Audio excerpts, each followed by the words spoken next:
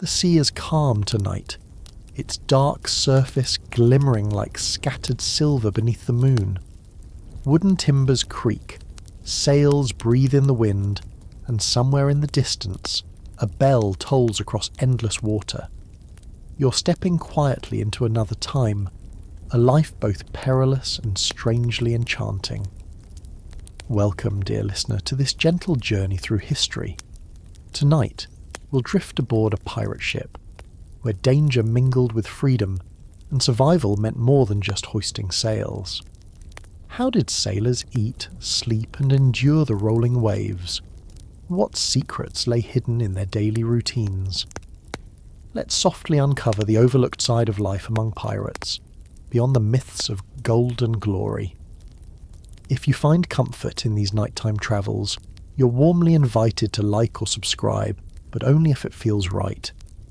And before we begin, share in the comments where you're listening from and what time it is for you right now.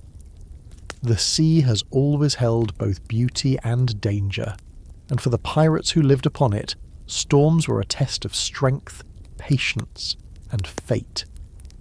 Imagine yourself drifting with them, far from land, where the horizon is nothing but a grey blur and the waves rise like moving mountains. The air is heavy, damp, and charged with a restless energy. Each breath tastes of salt, each gust of wind carries a low whistle, and the ship itself creaks like an old, weary soul preparing for another trial. The storm does not arrive all at once. At first, the sky darkens slowly, clouds thickening like folds of heavy cloth stretched across the heavens. The gentle rocking of the vessel becomes sharper, more uneven, until every plank beneath your feet groans with strain. The pirates know what is coming. They pull the sails tight, their rough hands gripping wet ropes that bite into their skin. Their eyes, though hardened by countless voyages, still flicker with worry. For even the bravest man cannot look upon a storm without a shiver of respect. And then it begins. The rain comes down in sheets, cold and unrelenting, soaking every stitch of clothing, dripping into eyes, into mouths, into the wooden bones of the ship. Thunder rolls like drums in the distance, and lightning cuts across the sky in blinding flashes, illuminating terrified faces for the briefest heartbeat, before the darkness swallows them again. The sea rises, wave after wave, slamming against the hull with the sound of roaring beasts. Each crash sends shudders through the deck, making the whole ship tremble as if it were alive, struggling to hold itself together. Imagine the feeling, standing there, hands clinging to slippery ropes, your body swaying wildly, every muscle aching to hold balance. The salt water stings the skin, the cold bites into your bones, and the air is filled with a strange mix of fear and awe. To face the storm is to surrender and resist at once. Surrender to nature's power, yet resist the pull that wants to drag you into the sea. For pirates, survival meant working together, even in chaos. Orders were shouted above the roar of wind, though often they were lost in the storm's deafening voice. Men scrambled like shadows, some tying down barrels and crates, others climbing the rigging, their bodies swaying dangerously as the ship pitched beneath them. One false step, one slip of the hand, and the sea would claim them without a trace. And yet they climbed, they tied, they fought, not because they were fearless, but because life on the sea allowed no other choice. Through it all there was a rhythm. The ship rose and fell, like a great chest breathing in its sleep. For those who endured, there was almost a strange calm hidden inside the chaos, the knowledge that storms had always come and always passed. The ocean was merciless, but it was also eternal, and to live upon it was to accept both gifts, the gentle breeze and the raging tempest. Hours could pass before the storm softened. The wind would tire, the thunder would fade into a distant rumble, and the rain would thin into a mist. Slowly the sea would settle, its wild peaks smoothing into rolling swells. The pirates, soaked and exhausted, would rest their backs against the damp wood, breathing heavily, grateful for a sky that once again revealed a pale light. Survival was never guaranteed, yet each storm lived through was a story added to their bones, a reminder that life at sea was fragile but enduring. Where you are now, safe and still, imagine their world, a deck beneath your feet, the night sky hidden behind storm clouds, and the ocean roaring louder than any voice. To be there was to feel very small, and yet strangely alive. And as the waves rise and fall in your thoughts, let the rhythm of the sea carry you too, steady, endless, and soft, until your mind drifts into calm. When the storm had passed and the sea at last grew calm, another trial soon arrived, quieter, slower, but no less cruel. Life on a pirate ship was not only about surviving tempests and towering waves, it was also about enduring the long, merciless stretches of weather that shifted between burning sun and endless rain. Imagine the deck beneath your bare feet, still slick from the storm, drying now under the weight of the blazing sun. At first its warmth feels almost comforting, a welcome change from the biting cold. But as hours stretch into days, that same sun becomes an enemy.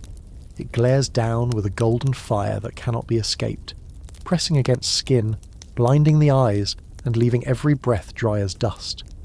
The sails, once heavy with rain, now droop like tired wings beneath the heat. The wood of the deck grows hot, so warm that it seems to breathe heat upward into aching legs. Shirts cling to sweat-soaked bodies, and water, precious water, is rationed carefully, drop by drop. Pirates often licked their lips in vain, their mouths dry, their tongues swollen, their thoughts drifting always toward the cool relief of shade that did not exist. And when at last the skies would break, when the sun's fury gave way to long days of rain, one might think it a blessing. But the truth was different. The rain did not come gently. It was steady, relentless, and unkind. Each drop drummed against wood, against skin, against canvas, until the very sound became an endless rhythm that wore down the spirit. Clothing never dried, the air grew heavy with damp, and the smell of mildew crept into every corner of the ship. The pirates bore it all in silence, for there was little else to do. They had no roofs but the sky, no shelter but the sails. Under the sun their skin cracked and burned, leathered by exposure, eyes squinting through the glare.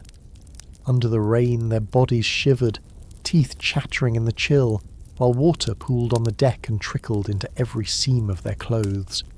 And yet life continued.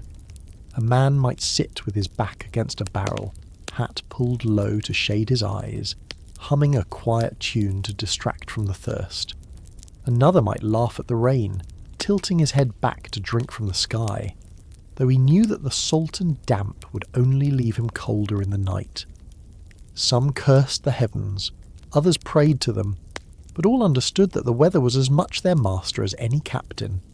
For weeks at a time voyages could pass like this, sun by day, rain by night, and no end in sight.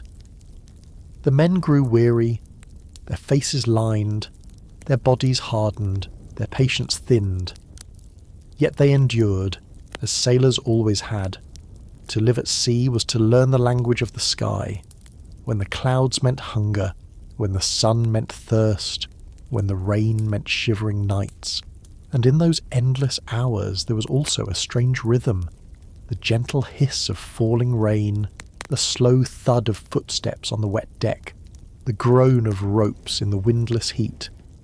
These sounds became lullabies of a kind, steady and constant, reminding the men that though the weather ruled them, it also carried them onward.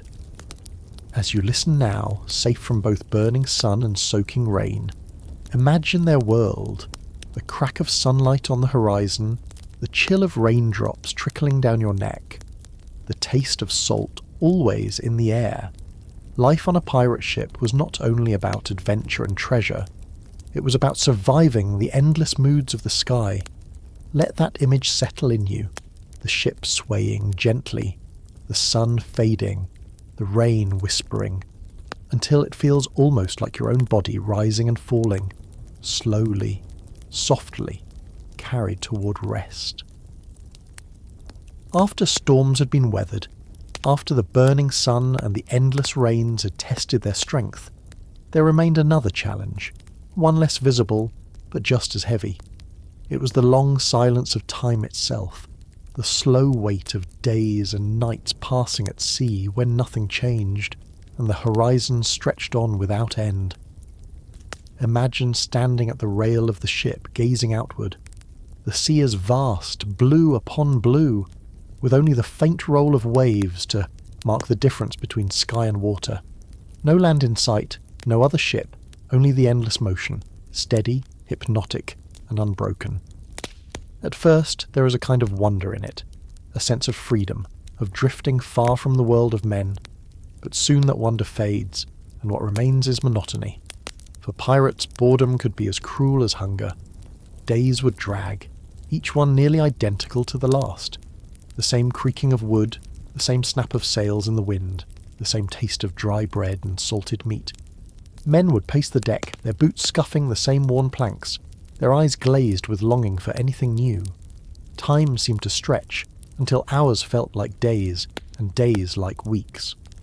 Without battles to fight or ports to raid, life at sea slowed into a rhythm of waiting.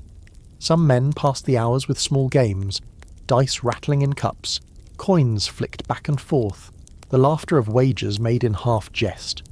Others carved figures into bits of wood, their knives scratching quietly, turning scraps into little ships, animals, or faces remembered from home. Many simply lay in hammocks, staring at the beams above, their thoughts drifting between dreams and memories. And always there was the sound, the endless sound of the ocean, waves slapping against the hull, the low groan of timbers, the whistle of wind through rigging. These sounds became a song that never ended, both soothing and maddening, like a lullaby repeated too many times. For some, it brought sleep. For others, it stirred restlessness that had no escape. The boredom could be dangerous too. Men grown weary grew short-tempered, and quarrels sparked over small things. A word said too sharply, a portion of food eyed too long, a game of dice lost unfairly. Sometimes those quarrels passed with a laugh, but sometimes they deepened, feeding grudges that could fester beneath the calm surface of daily life. Yet even in stillness, there were moments of quiet beauty. A pod of dolphins breaking the surface, leaping gracefully alongside the ship, a sunset painting the horizon in gold and crimson, making the ocean shine as if scattered with jewels. At night, when the stars stretched overhead in their countless thousands, the men might lie on the deck, watching them wheel slowly across the sky, whispering old stories about fate and fortune written in their light. These small wonders were lifelines against the weight of time. They reminded the pirates that though the days seemed endless, the world was still alive, still moving, still carrying them onward toward destinations unknown. And so the voyage continued, marked not by clocks or calendars, but by the steady rhythm of the sea itself. Hours folded into days, days folded into weeks, until memory blurred, and only the great journey remained, long, weary, but unbroken. Where you are now, let yourself imagine that stillness, the ship rocking gently beneath you, the horizon stretched wide, the sound of waves steady and unchanging. There is nothing to chase, nothing to flee, only the quiet patience of waiting. And as the pirates endured the slow passage of time, so too can you let your thoughts drift, carried by the calm, unhurried tide of the sea until rest comes softly. When days at sea stretched into sameness, and men grew restless with waiting, something was needed to hold them together, a guide stronger than boredom, stronger even than fear. That guide was the pirate code, not written in the fine ink of kings or priests, but carved into the daily lives of those who sailed under the black flag. Imagine a ship filled with men of all kinds, sailors who had deserted navies, wanderers who had left the land, thieves and outcasts seeking fortune. They came from different places, spoke in different voices, but once aboard they were bound by a single set of rules. Without them, chaos would have torn the ship apart. With them, order, fragile but steady, was kept. The code was recited when a new crew was formed, each man swearing to follow its terms. At its heart was fairness, Every pirate, no matter his rank, received an equal share of the loot. Gold, silver, jewels, or even simple supplies. They were divided according to rules that all agreed upon. A captain might command the ship, but he did not claim more than the smallest of extra portions. In this floating world, equality was not an idea, but a necessity. Discipline too was written into the code. Gambling debts had to be honoured. Theft from another crewmate was forbidden, for nothing bred bitterness faster than betrayal among brothers at sea. Weapons were to be kept sharp and ready. Neglecting them could endanger the whole crew. Even music found its place in the rules. Fiddlers and drummers were kept to lift spirits, their rhythms steadying hearts during long nights or fierce battles. The captain, though feared, was not a tyrant. His power lasted only while the cannons roared and the enemy loomed. In battle, his word was law, swift and unquestioned. But when peace returned, the crew could challenge him, even remove him, if he failed to lead with wisdom. In this way, the ship became its own small world, not a kingdom, but a strange democracy, ruled by voices and votes as much as by swords. And so, the men lived by their code, trusting it more than they trusted one another. For in the endless stretch of sea, where storms struck without warning and boredom gnawed at the soul, rules gave them a rhythm, a reason, a fragile thread of unity. A man who broke the code risked not only punishment, but the hatred of every soul aboard. Punishments varied, but the threat of them was enough to keep most in line. A thief might lose his share of loot. A man who drew his weapon in anger could be cast out at the next shore, left alone to face the world without the brotherhood of the crew. And the greatest crime of all, desertion in the face of battle, could be met with death. These were not laws written on parchment, but truths lived out daily, their weight heavier than iron chains. As the days passed and the sea carried the ship onward, the code was always there, unspoken yet present, like the steady pulse of the waves. It gave shape to the pirates' restless lives, drawing order from chaos, turning a band of outcasts into something greater than themselves. Now, as you drift in thought, imagine that quiet balance, the rough laughter of men bound not by kings but by their own word, the steady rhythm of rules spoken beneath the creak of sails, the strange equality found in the heart of lawless seas. And just as the code held them together through nights and storms, let its calm rhythm guide you now, into stillness, into safety, into rest. The code held the crew together, but rules without teeth are only whispers. On a pirate ship, order survived not through gentle reminders, but through the shadow of punishment. Disobedience was not simply frowned upon. It was feared, for the consequences could be swift, painful, and unforgettable. Imagine the silence that fell when a man broke the code. The laughter of dice and songs would die away, and all eyes would turn toward the accused. On land, perhaps a court might have judged him, but at sea there was no judge but the crew itself, no sentence but the punishments they had all agreed upon. Justice came not in robes and wigs, but in rough hands, cold stares, and the creak of rope on wood. Some punishments were meant to sting but not destroy. A man caught cheating in a game of dice, or stealing from another's share, might lose his own portion of plunder.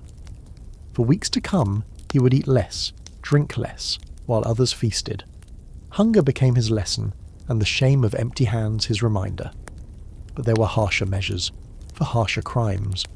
A man who raised his weapon against a fellow crewman without cause might be whipped across the bare back, the lashes biting deep, leaving scars that never fully faded.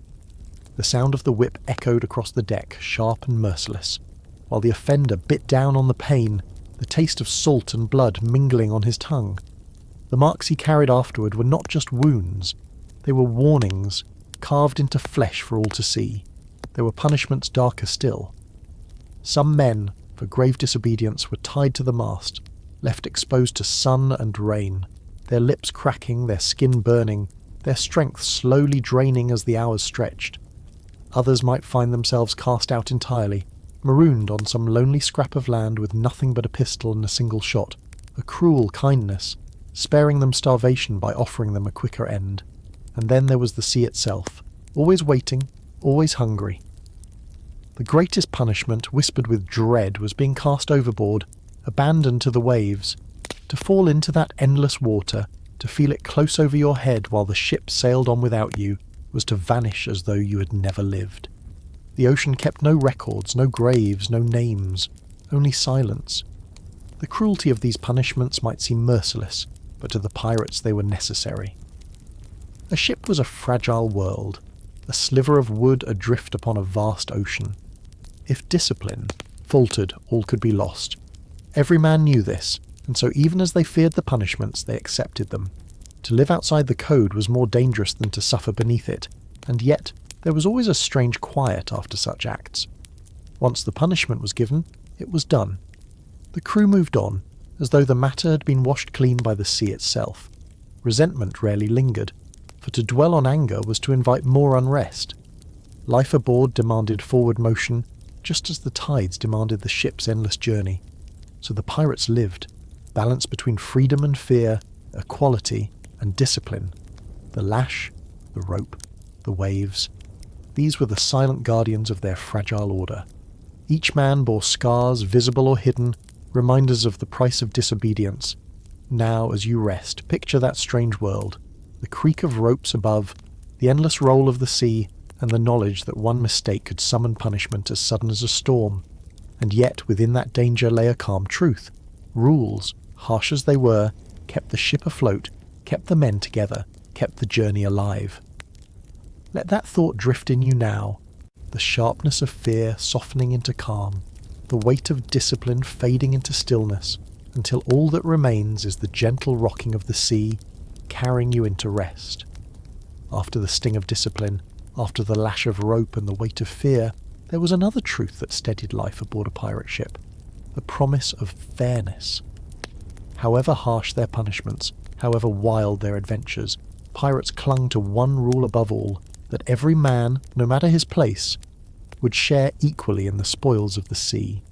Imagine a long wooden chest dragged onto the deck, its hinges groaning as the lid creaked open. Inside, gold coins scatter like captured sunlight, jewels glitter with colours as deep as the sea itself, and bolts of silk shine faintly in the morning air.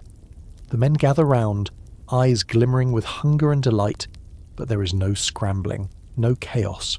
They wait, for the code demands order. The division begins. Each man receives his share, counted out carefully. A pile of coins here, a string of pearls there, a roll of cloth folded into his arms. The captain watches, but he does not seize more than his due. He may receive a slightly larger portion, perhaps an extra jewel or two for the burden of command, but never so much as to unbalance the crew. For all knew that envy was a poison, and fairness the cure. Even the youngest deckhand, even the roughest wanderer found himself richer than he had been before. No noble lord, no admiral of a king would have offered them such equality. On land, men toiled under masters and saw little of the wealth they earned, but at sea, under the black flag, a share was a share, and all were brothers in fortune. It was this fairness that gave the pirates their strange unity. A man could endure the storms, the hunger, the boredom, even the punishments if he knew that when the chest was opened, his hands would not be empty. The promise of that moment, the weight of coins dropping into his palm, the glimmer of treasure claimed by his own risk, carried him through the darkest nights. Yet the rule was not without its own shadows. A man injured in battle might receive more than others, compensation for his lost strength. A limb taken by cannon fire could earn him extra gold, though no sum could replace what was gone. Some argued, some resented, but still the code held firm, for it was better to argue within order than to fall into chaos. And there was a quiet beauty in the ritual itself. Picture the men seated together beneath the lantern light, their rough faces softened by the glow, their laughter echoing across the calm sea. Coins clinked softly, like tiny bells, as they were counted into equal piles. The air was filled with the scent of salt and tar, and for a rare moment the ship felt less like a vessel of danger and more like a home. To outsiders, pirates were thieves, lawless and cruel. But to themselves, they were bound by a fairness that the wider world denied them. Their shares were not just wealth, they were proof of belonging, of standing shoulder to shoulder with every man aboard. And so the ship sailed on, driven not only by greed, but by a strange equality. a fragile harmony woven into the rhythm of the waves.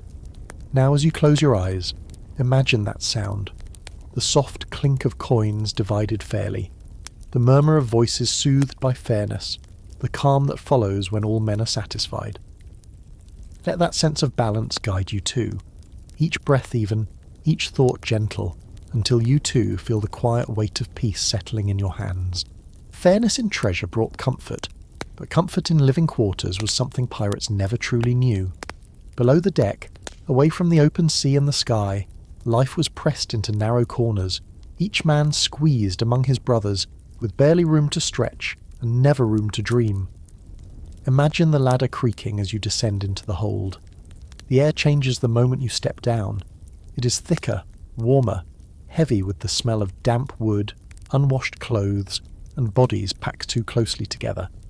The lantern light is dim, swinging faintly with the roll of the ship, casting long shadows across beams and hammocks. Every corner feels smaller than it is, every sound louder, every breath less your own. The hammocks themselves hang side by side, swaying gently with the ship's motion. Each man claims a narrow strip of space, nothing more than a cloth sling tied between posts. There is no privacy, no distance, only the closeness of others. A shoulder presses into yours, a foot brushes against your side, and the air is filled with a steady chorus of breathing, muttering, and snores. At times, it seems the whole crew is breathing as one, the rhythm of sleep rising and falling like another sea within the ship. The cramped quarters made tempers short. A careless elbow in the night, a heavy snore, a stolen blanket. These small things could spark sharp words, even blows, yet there was no escape, no other place to go. Above deck was the captain's watch, the cold wind, or the eyes of guards. Below was the only shelter, however stifling. So the men endured, pressed close like pages in a closed book. And still, there were quieter moments within that press of bodies. A man might whisper an old song to himself, the tune rising softly above the creak of wood. Another might carve a scrap of wood by lantern light, his knife scratching quietly while others slept. In the dark, some spoke of home, of mothers and wives, of places they might never see again. Their words floated like smoke, curling through the air, carried off by the endless rocking of the ship. The lack of space was not only an inconvenience, it was a trial of the body itself. Air grew stale in the heat, dampness soaked into clothes and skin, and sickness spread quickly when men slept so near. A cough in the night became a cough in the morning, then a cough in every hammock. In such closeness there was no hiding weakness, no wall between the healthy and the ill. And yet, strangely, that closeness forged a kind of brotherhood. The men grew used to one another's habits, one another's voices, one another's very presence. In the cramped dark, friendships were formed, laughter shared, even comfort given. A hand on the shoulder, a joke told in whispers, a flask passed from one hammock to the next. These small kindnesses softened the hard life they endured. Above them, the sea stretched wide and endless, but below, the world narrowed to wood, rope, and the closeness of men who shared the same fate. Cramped though it was their world, their shelter, their only retreat from wind and wave. Now, as you rest, imagine yourself there for a moment. The swing of a hammock beneath you, the smell of salt and damp, the faint murmur of men breathing in unison. It is crowded, yes, but steady too, like being cradled in a great hand that rocks you slowly through the night. If the crowded spaces weighed upon the body, the smells and dampness of the lower deck pressed upon the spirit itself. To step below was to leave behind the freshness of the sea wind, and enter a world heavy with odours that clung to everything, as if the very wood of the ship had absorbed centuries of human life. The air was thick, warmer than above, as though it carried the breath of every man packed inside. Sweat lingered on the beams, the musk of leather and wool soaked into hammocks, and the faint sourness of unwashed clothes hung everywhere. When water seeped through the timbers, it mingled with tar, salt, and rot, creating a scent that was part ocean, part earth, and part human burden. To breathe was to taste the dampness, to swallow the closeness, to accept that this was the only air to be had. Moisture lived in every corner. The boards underfoot were never dry, and the hammocks grew heavy with it, smelling of mildew. When the sea was rough, spray pushed through the seams, dripping into the dark below and leaving puddles where rats came to drink. Lanterns hissed faintly, their flames struggling against the damp air, and shadows flickered against beams darkened by years of wetness. For the men, there was no escape from it. Clothes stayed clammy against their skin, boots softened and cracked, and blankets smelled of mould even when freshly shaken. The smell of bodies mingled with the smell of bilge water, a foul pool that sloshed at the very bottom of the ship, carrying with it the waste of men and beasts alike. Every breath reminded them that they were not only at sea, but also imprisoned by it, living within its damp embrace. At night, the closeness of these smells was almost overwhelming. A man would turn in his hammock and find the scent of another's sweat beside him, the sour breath of rum drifting in the dark, the faint tang of gunpowder stored in barrels nearby. To sleep was to surrender to this mixture, to accept it as part of life. Those new to the crew gagged and complained, but after weeks even their senses grew dull, and the stench became nothing more than the background of survival. And yet, within that heaviness, there was something strangely steadying. The damp, unpleasant as it was, cooled the ship in heat, kept wood from splitting, and reminded the men that they lived in a vessel both fragile and enduring. The smell of tar, sharp and bitter, spoke of safety, sealing the ship against waves. The salt smell of the ocean, seeping through every crack, reminded them they were never far from the great waters that carried them. Some men even found comfort in the familiarity of it. After months at sea, they knew the smell of their ship as one knows the smell of a home. Distinct, unshakable, a mark of belonging.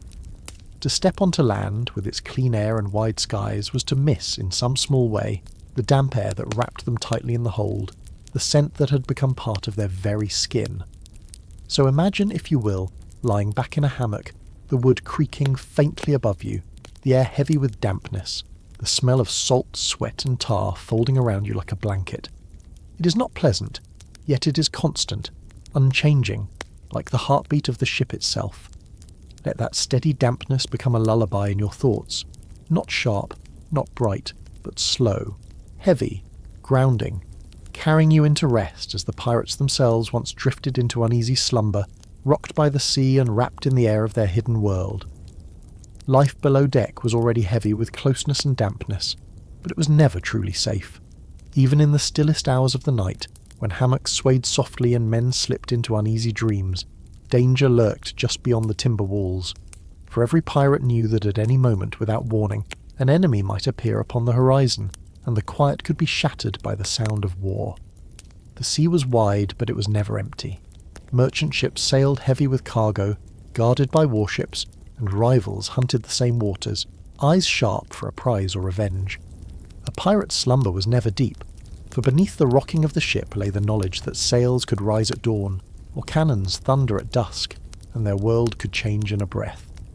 Imagine lying in a hammock, lulled by the rhythm of waves, when suddenly a cry splits the air above. "Sails! Sails off the port side!"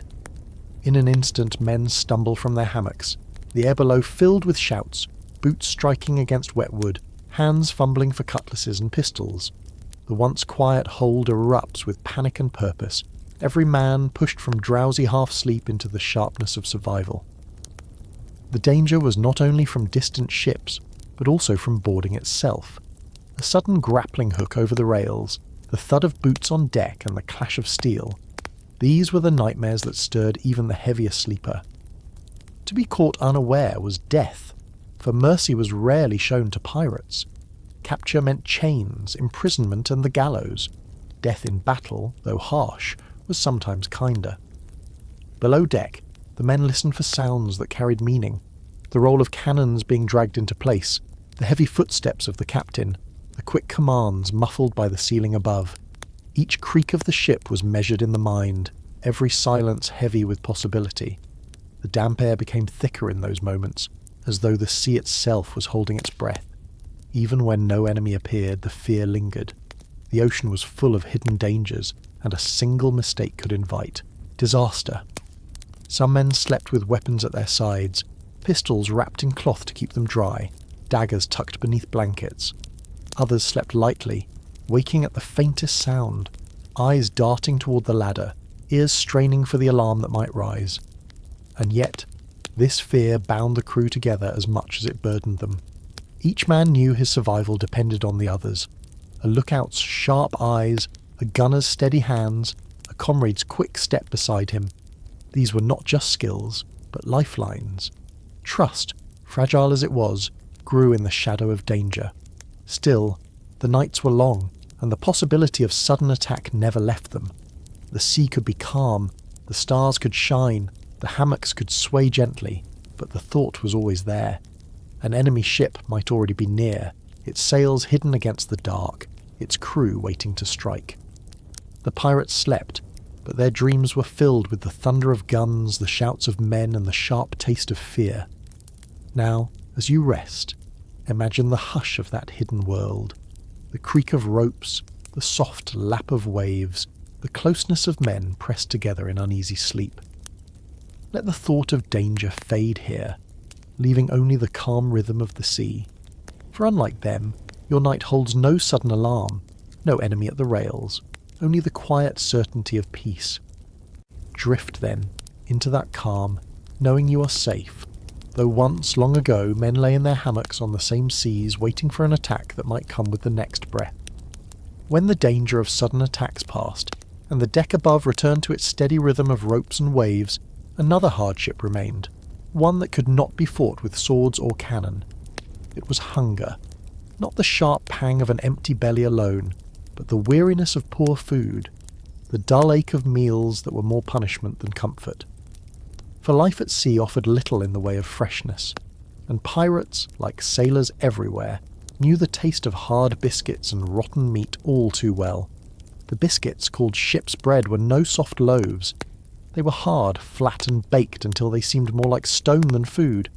A man could rap one against the wood of the ship and hear the sharp knock of hardness. To eat it required strength of jaw and patience of spirit. Some softened it with water or rum, others broke it with the butt of a pistol, but always it was dry, always it was tough.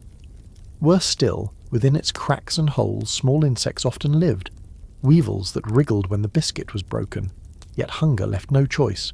Men ate, sometimes closing their eyes, sometimes pretending the crunch of insects was only the crunch of grain. And then there was the meat. Salted at first, stored in barrels to keep the rot at bay, it began its slow decay as weeks turned into months. The salt preserved it, but it also hardened it, drying it to leather, leaving it pale and briny. When the meat was boiled, the water turned greasy and grey, the smell heavy and unkind. On worse days, when the barrels had grown too old, the meat carried a sour stench, its edges spotted with decay. Still, it was eaten, for there was nothing else, and a pirate who turned away from food would soon be too weak to stand in battle. The smell of cooking meat mingled with the odours already below deck, filling the air with a sharpness that never left.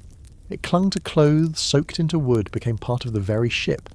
A man might dream of fresh bread or a roasted chicken, but when he woke it was the same tough biscuit in his hand, the same salted meat on his plate, and yet these poor meals held their own kind of rhythm. Each day the breaking of biscuits, the boiling of meat, the swallowing of rum to wash it all down. The routine was steady, the sameness unbroken, and in that sameness there was a strange kind of comfort. Even as the food tasted foul, it meant survival. One more day lived upon the sea, one more night rocked in the hammock, one more chance at treasure or freedom. The men spoke often of food as they ate. Around their bowls, voices softened with longing, stories of markets filled with fruit, of fresh fish pulled from clean rivers, of butter melting on warm bread. These were shared like treasures of memory, passed back and forth in whispers. In those moments, the hard biscuit became more than sustenance. It became a reminder of what waited beyond the horizon, what might be found when land was reached again. So imagine yourself now, sitting among them, a wooden bowl in your hand, a hard biscuit between your fingers. The air smells of salt and smoke. The meat before you is tough and strange. And yet the sea rocks the ship gently, the men speak softly, and the meal, however poor, is enough to keep you moving onward. Let that thought linger with you tonight, that even in the poorest meal there can be steadiness. even in hardship, a strange kind of peace. For as the pirates once chewed their biscuits beneath the lantern light, so too may you find rest, simple, steady, unbroken, until sleep carries you away. If the biscuits were hard and the meat unkind, there was still one greater burden at sea, the thirst that never seemed to end. Fresh water, so common on land, so simple from a well or stream, became a rare treasure when days stretched into weeks across the endless ocean. For pirates, as for sailors of every kind, water was life, and yet it was always in short supply. At the start of a voyage, barrels were filled to the brim with clear water, heavy and cool. Men dipped their cups into them with ease, and the taste was clean, even sweet. But as the ship pressed farther into the sea, those barrels began to change. The staves swelled and leaked, the lids warped, and the water within grew stagnant. Warmth and dampness worked their slow touch, until what was once fresh became cloudy, sour, and thick upon the tongue. Still, it was all they had. A man would lift his cup and smell the faint rot, see the dark flecks floating in the liquid, but he would drink it anyway, for the sea itself offered no drink, only salt to burn the throat. Thirst was stronger than disgust, and survival stronger than desire. Some tried to flavour the water with rum to mask its taste, but even rum, strong as it was, could not always hide the truth of what they swallowed. The shortage meant that every drop was measured. A cup in the morning, perhaps another at night, and no more, no matter how parched the lips or how dry the throat. Arguments flared over rations, men glancing at barrels as though they were chests of gold. A spilled cup was not just a clumsy mistake, it was a small tragedy, one more reminder of the sea's unyielding grip. In the hottest days, under a burning sun, the shortage was hardest to bear. Sweat poured, mouths dried, and yet the barrels could not be opened freely. Some men licked the salt from their lips, others dreamed of rivers and wells, of rain falling upon their faces. A storm might bring relief. Rainwater caught in sails and cloths sweet and clean. But storms were uncertain, and thirst waited patiently, always returning. And with thirst came illness. Dehydration weakened the body, blurred the mind, and made tempers flare. A man without water could not fight, could not work, could not even stand. The lack of it was a silent enemy, striking slowly, yet with certainty. Still, the men endured, as they endured all things. They drank their ration, small as it was, and carried on, with the day's work. They lifted cannon, climbed rigging, scrubbed decks, all with throats aching for more. And in the evenings, as they gathered in the hold, they spoke of wells back home, of springs that bubbled clear and cold, of cups that never emptied. The memory of water became as precious as water itself. Now, close your eyes and imagine that longing. You hold a small cup in your hand, the liquid inside dark and faintly sour. Around you, men drink the same, their eyes weary, their faces drawn. Outside, the sea stretches wide and endless, but none of it may be swallowed. You take a sip, grateful though it is bitter, and feel the slow relief of life restored, drop by drop, and here, in your quiet night, let that sip become a dream of abundance. Imagine cool water running freely, rivers wide and bright, cups filled without limit. Where the pirates knew thirst, you may know calm, a calm deep as sleep itself, flowing gently until morning. When fresh water turned foul and scarce, the men of the sea turned to another drink, one that burned, one that lifted spirits, and one that became as much a part of pirate life as the waves themselves. Rum, dark and sharp, was not just a drink but a companion, a comfort, and at times a curse. The barrels that held it were treasured as highly as those that held powder or gold. Rum did not spoil as water did. It did not sour with time, nor grow cloudy with heat. It kept its fire, its sharpness, its warmth, no matter how long the voyage. To lift a cup of rum was to taste something steady in a world that shifted endlessly beneath their feet. A splash of it in foul water made the drink bearable.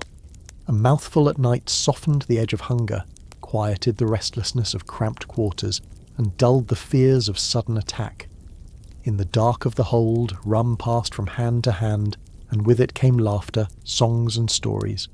For a moment the smells and dampness faded, replaced by the warmth of voices loosened by drink. Yet rum was no gentle gift. Too much of it made tempers flare, turning whispers into shouts and shouts into blows. A man unsteady from drink could stumble at the ropes, fail in battle, or fall to the sea. Still, the lure was too strong, and the habit too common. For many pirates, rum was more than a choice. It was a way of life, a ritual as steady as the tides. Each ship had its measure, a ration poured daily, and men came to wait for it with a hunger almost as sharp as that for food. The sound of liquid splashing into cups was a kind of music, the smell of it sharp and sweet, filling the air like a promise. Even those who swore they had drunk enough found themselves reaching for more, as though the sea itself demanded it. In celebration, rum flowed freely. After a prize was taken, after danger passed, after treasure was counted, the crew gathered with cups in hand, their voices raised in songs that carried across the water. In sorrow, too, rum was there, poured in memory of those, lost, sipped slowly while the sea carried away their names. It was drink for every moment, joy and grief alike. Still, the truth lingered. Rum dulled the mind, weakened the body, and led many to quarrels and regrets. But in the endless stretch of sea, in the monotony of hard food, foul air, and constant fear, rum gave what little escape there was. A burning warmth in the chest, a glow in the blood, a moment's forgetting of hardship. So picture the scene, men crowded below deck, hammocks swaying, lanterns flickering. A jug is passed, cups are lifted, laughter rises. The smell of tar and sweat lingers, but the rum cuts through it, sharp and sweet, filling mouths and throats with heat. For a time, they are not sailors bound to hardship, but men warmed by fire, their voices blending like waves against the shore. And as you lie here tonight, let that warmth touch you, too. Not the burn of drink, but the softer warmth of comfort, of ease, of safety. Where pirates sought peace in cups of rum, you may find it in quiet breath and gentle rest, letting the night carry you into calm, sip by sip, until sleep itself is poured into your dreams. For every moment of laughter shared over rum, there was always the shadow of punishment close at hand. A pirate ship, though wild and free in many ways, could not survive without order. And when that order was broken, the lash was waiting.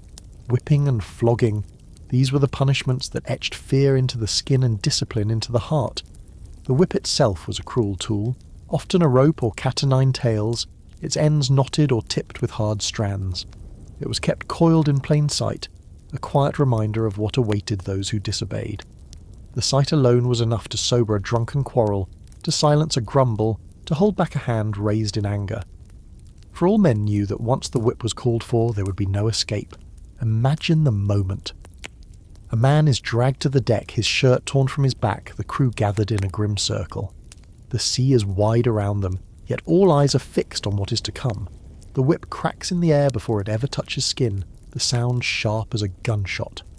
Then it falls, and the man gasps, his body jerking with the force. Again it falls, and again each strike leaving welts that rise red and angry against the flesh. The rhythm of flogging was as steady as the sea's own waves, strike after strike, each one carrying not only pain but shame.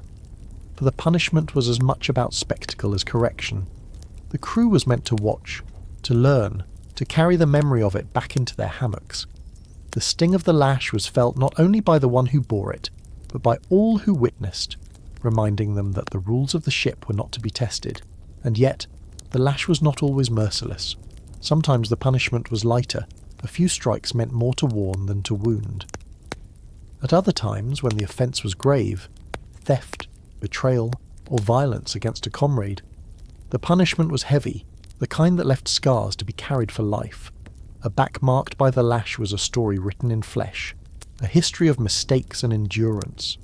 Afterward, the punished man was left to recover, salt and sweat stinging the wounds, damp air settling into torn skin. There was little medicine, little comfort. Some men bore it in silence, their jaws clenched, their pride unbroken. Others wept openly, their cries swallowed by the sea. Either way, the ship moved on, the punishment finished, the lesson carved into memory. It may seem cruel, but on a ship where so many men lived so close, where danger pressed from every side, discipline was survival. Without it, quarrels might splinter the crew, theft might starve them, hesitation might kill them all in battle. The lash was feared, but it was also accepted, a dark necessity of life upon the waves. Now, close your eyes and imagine the sound, the crack of rope in the air, the low murmur of the crew, the endless backdrop of waves against wood. It is harsh, it is heavy, but soon it fades. The punishment ends, the crew disperses, and the ship sails onward into another day. Let that fading sound drift away from you, until only the calm remains. No pain, no punishment, only the steady rhythm of waves carrying you into gentler dreams, where no lash is raised and no whip is waiting. The sting of the whip was feared, but it was not the worst punishment a pirate could face. For some crimes, there was no scar to be carried, no wound to heal. Instead, there was the sea itself, waiting beyond the rails. Being thrown overboard was the sentence no man could return from. A quiet death delivered not by steel or flame, but by the endless waters that had carried them all this way. The sea was both friend and enemy to pirates. It gave them freedom, it hid them from pursuit, it offered treasures upon distant shores. Yet it was merciless when it chose to take. To be cast into its depths was to be given over to its judgment, stripped of ship, of comrades, of life itself. Every sailor knew this, and every man feared it. The moment came swiftly. A man guilty of betrayal, of violence beyond forgiveness, or of endangering the ship might be seized by his fellows. No long trial, no court of law, only the captain's word and the crew's assent. Rough hands bound him, dragged him across the deck, his cries swallowed by the wind. Around him, the crew stood silent, some stern, some uneasy, yet all complicit. For discipline on a pirate ship was shared, and the sea was the final judge. Imagine the scene. The open deck beneath a wide sky, the ropes creaking, the sails filled with wind. The man is brought to the rail, the ocean below dark and endless. Perhaps he begs, perhaps he curses, perhaps he is silent, staring into the waves that rise and fall like a living breath. Then, with a heave, he is lifted, and in a moment he is gone, cast from wood to water. The splash echoes, then fades. For a heartbeat there is movement, arms thrashing, a head rising above the waves, but the ship sails on, steady and unyielding, and the man grows smaller, his cries fainter, until he is only another shape upon the water, then nothing at all. Whether the sea took him swiftly or slowly no one knew, for none looked back for long. Some who were cast overboard faced not only the water, but the creatures within it. Sharks often followed ships drawn by scraps and waste tossed from the deck. The sight of a fin slicing through the waves was enough to chill the bravest heart. To be thrown overboard was not merely to drown, but perhaps to be claimed by teeth and darkness below. The crew returned to their work after such punishments, but the silence lingered. Each man felt the weight of it, the reminder that loyalty was survival and disobedience was death. Hammocks swayed that night with unease, as men lay awake, listening to the sea that had claimed their comrade, wondering if it would ever claim them. And yet, the sea remained, as calm and beautiful as ever. The same waves that swallowed one man carried the ship gently onward. The same wind that whipped through the rigging filled the sails and kept them free. For the sea had no malice, it simply was. To live upon it was to accept both its gifts and its cruelties, without question, without choice. Now, as you rest, imagine that vast expanse, endless, silent, deep. Picture it not as a place of fear, but of stillness. The rocking of the waves, the hush of water stretching beyond sight, the soft pull of tides. Where the pirates once felt terror, you may feel calm, the sea cradling you like a mother, steady, eternal, unbroken. Let it carry you tonight, not into danger, but into peace, until your breath and the ocean's breath are one, slow and deep, flowing into sleep. Not every crime on a pirate ship demanded the sea's final judgment. Some men were spared the fate of being thrown overboard, though what awaited them was hardly mercy. Instead, they were bound in chains, shackled to the deck or to the mast, made prisoners among their own crewmates. This punishment carried its own kind of cruelty, not death, but humiliation, a slow reminder of broken trust. The chains were heavy, cold against the skin, rough iron biting at wrists and ankles. A man shackled on deck became part of the ship itself, fixed and unmoving as are ropes and cannon. He would sit in the sun, in the rain, through the nights of wind and chill as the others walked past him. His freedom, once so fiercely claimed by choosing the pirate's life, was stripped away, and with it his pride. To the crew, he was a warning. Each man saw in those chains a reflection of what could happen should he falter, should he test the patience of his captain or betray the trust of his fellows. Shackling was not always permanent. Sometimes it lasted for days, sometimes longer. But the days themselves felt endless. Imagine the rhythm of the sea all around, the sails swelling, the waves striking wood, the voices of comrades rising and falling, and in the midst of it all, a man sat in silence, bound. He might hear laughter at mealtime, smell the faint smoke of cooking, the rough taste of hard biscuits and salted meat carried by the breeze, yet his own portion was handed to him like a beggar's. He ate awkwardly, chains clinking with every move. The sun was merciless in daylight, pressing heat into his skin, leaving it raw and burning. At night the chill swept in, salt spray dampened his clothes, and shivering came with every gust. There was no escape, no relief. Even sleep when it came was restless. The hard deck beneath, the iron pressing in, the groans of the ship filling his ears. Some men endured this with quiet resignation, heads bowed, their eyes fixed on nothing. Others cursed and raged, pulling at their bonds until wrists bled, though the iron never gave way. There were those who wept softly, ashamed of their weakness, and those who withdrew into silence so deep it seemed they had become shadows themselves. Yet perhaps the cruelest part was not the chains, but the watching. To be imprisoned on deck was to be displayed, one man alone before many. The crew might walk past without a glance, or they might whisper or even jeer. The punishment was isolation in the midst of company, a loneliness sharper than any blade. In rare moments pity stirred. A crewmate might leave a cup of water within reach, or a scrap of cloth to shield against the sun. These small mercies did not break the rules, but they reminded the bound man he was still human, still part of a world that had not entirely turned away.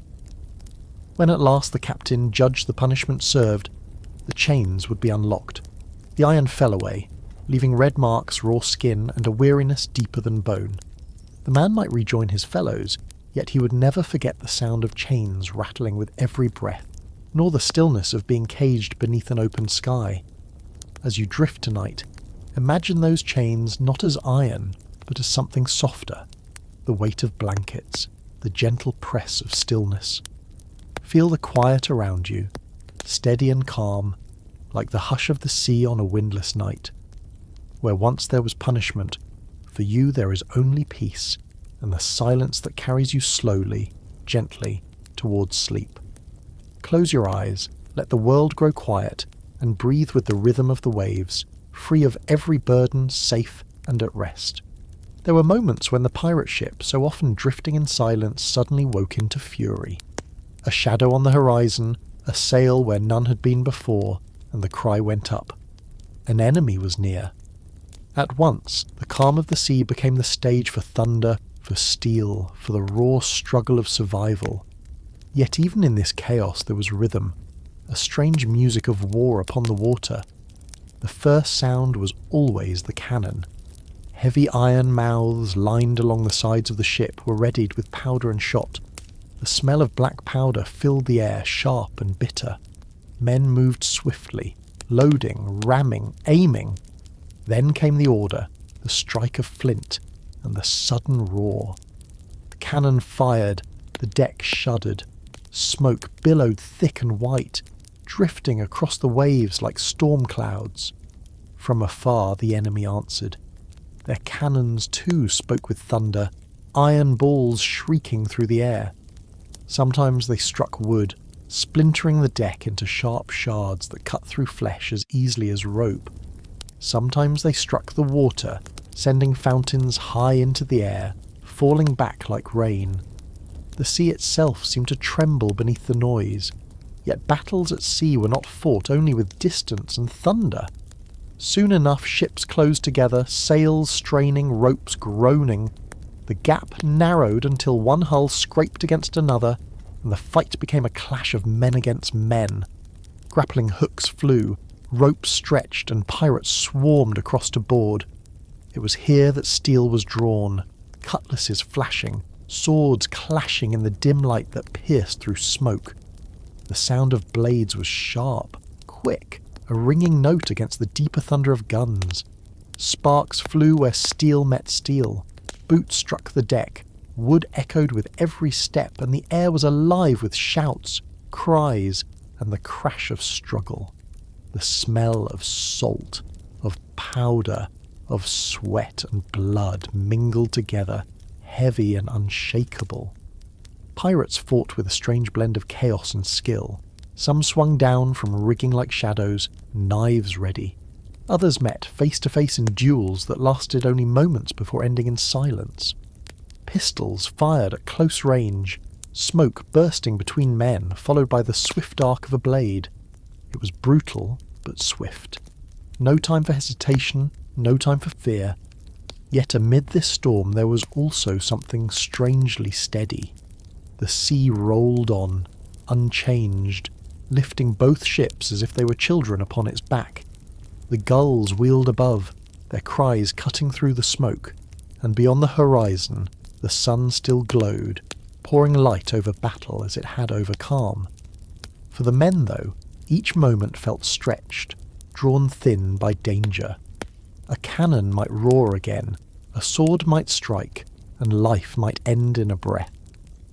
But when victory came, when the enemy ship was taken or driven away, the noise faded as swiftly as it had risen. The sea reclaimed its quiet, the smoke thinned into the sky, and the waves resumed their steady rhythm. Those who survived lay on, the deck breathing hard, staring upward into the sails, the clouds, the endless heavens. Around them the sea whispered, soft and eternal, as if nothing had happened at all. And so, as you rest now, let the thunder of cannons become only a memory, distant and fading. Let the clash of swords dissolve into silence. All that remains is the steady rocking of the sea, gentle as a cradle, calm as a lullaby. When the roar of cannons had softened, when the enemy ship drew close enough for faces to be seen through drifting smoke, the battle shifted to its most daring stage, boarding. For pirates, this was where skill, courage, and cunning decided the day. Taking a ship was never only about strength. It was about timing, about cleverness, and about moving as one body upon the sea. The first step was always to close the distance. Pirates trimmed their sails with precision, letting the wind carry them in at just the right angle. The creak of ropes, the snap of canvas, the shouts of orders, all became part of a measured dance. Too soon, and the ship might break apart on collision. Too late, and the enemy would escape. But just right, and the two vessels kissed side by side, wood grinding on wood. Then came the grappling hooks, heavy iron, tied fast to coiled ropes, were swung in wide arcs and flung across the gap. The hooks bit into the enemy's rails, into rigging and rope. With a pull, the ships were bound together, no longer free upon the waves, but joined in a single trembling struggle. The sea heaved beneath them both, yet the lines held fast. It was then that the pirates surged forward. Some scrambled across planks laid hastily between decks, boots thudding, cutlasses flashing in the haze. Others swung from ropes high above, descending like shadows with knives at the ready. The air filled with cries, the clash of steel, the thud of boots and fists striking wood. Every man knew his place, some to fight, others to rush toward the hold where treasure might be kept, and still others to secure the wheel so the captured ship could not break free. There was an artistry in the chaos. Pirates often sought to overwhelm quickly, to strike with such sudden fury that the enemy's spirit broke before their bodies did. A swift boarding could save lives, for the quicker the surrender, the fewer the dead. But if resistance lingered, the decks became mazes of smoke and struggle, each corner hiding friend or foe. Sometimes boarding called for trickery. Pirates might disguise their ship, lowering their black flag until the final moment, pretending to be harmless merchants. They would sail close under false colours, quiet and unthreatening, until the distance was closed and the trap sprung. At once, the hooks flew, the flag rose, and men poured across before the enemy had even drawn steel. Other times they relied on fear alone. The sight of a pirate crew, scarred, armed, their flag snapping in the wind, was enough to break many a sailor's will. A captain might shout across the waves offering mercy for surrender, death for defiance. And often, a trembling crew, seeing the inevitability of their fate, laid down arms before the first cutlass touched their deck. Yet for the pirates themselves, each boarding was a gamble. A misstep, a snapped rope, a well-aimed shot could send a man tumbling into the waves, lost to sea and battle alike. But they accepted this, for the promise on the other side of the fight was freedom, plunder, and survival. When at last the enemy ship was theirs, the cries of battle faded. The grappling rope still bound the vessels, but now the decks were quiet, save for the groans of timber and the hush of waves. The smoke drifted away, and the horizon stretched, endless and calm, as if erasing the memory of what had just passed. And now, as you lie in stillness, imagine those ropes not as weapons, but as threads weaving ships together gently, as if the sea itself wished for closeness, not conflict. Feel the calm of connection, the hush after struggle, the steady rocking of waters that carry you towards sleep. Let yourself drift, bound not by chains but by peace, held softly in the embrace of night. In the heart of a boarding, when ships were bound side by side and smoke curled thick between their masts, the struggle to survive became deeply personal. It was no longer the thunder of cannons or the sweep of grappling ropes that decided the outcome. It was men face to face, blade to blade, each moment stretched thin between life and death. For those caught in the middle, survival was not about glory, but about enduring the storm until silence returned. The deck beneath was slippery with spray and splinters. Boots pounded, blades rang, shouts echoed from every side. The air was heavy with powder, stinging the eyes, catching in the throat. In such confusion it was easy to lose one's bearings, to stumble, to fall, to find oneself surrounded by figures blurred in smoke and chaos. A pirate might raise his cutlass against an opponent, the steel clashing with sparks. Another might press forward with a pistol, the shot deafening in such close quarters. And yet more often than not the fight was less about weapons than about awareness, knowing when to strike, when to duck, when to retreat into the shifting crowd. There was fear, yes, sharp and cold, pressing into the chest. Yet there was also a strange calm, the kind that comes when survival depends on steady movement. A man learned to listen, to the rush of feet behind him, to the creak of rope above, to the hiss of a blade cutting through the air. Every sound mattered, every flicker of emotion could mean the difference between standing and falling. Some fought fiercely, strength and fury driving them forward. Others fought quietly, keeping low, avoiding attention, striking only when necessity forced their hand. Many prayed in silence as they fought, whispered pleas lost in the storm of noise. For every pirate's survival meant something different, but the struggle was the same, to keep breath flowing, to keep heart beating, to see another dawn at sea. And still, even in the thick of it, there were glimpses of humanity. A comrade pulling another back from danger, a hand steadying a friend who stumbled. Shouts of warning cut through the din. Behind you! To the left! Echoes of trust in a place where trust was the only anchor. When the tide of battle turned, when one side began to falter, the survivors felt the weight of decision. To keep fighting, risking everything, or to yield and live, though it meant surrender. Some chose to resist to the end, cut down beneath the sails. Others dropped their weapons, trembling, hands lifted in defeat. Survival was never certain, and it was never simple. For those who lived through such struggles, the aftermath was almost harder than the fight itself. The sudden quiet seemed unbearable after so much noise. Smoke thinned, revealing broken planks, wounded men, and bodies still upon the deck. The survivors breathed heavy, eyes wide, hands shaking as the truth of their endurance settled in. To live through combat was not triumph, but a kind of fragile grace, life held by a thread that could have snapped at any moment. Now, as you lie in the stillness of your own night, imagine the waves beyond that battle.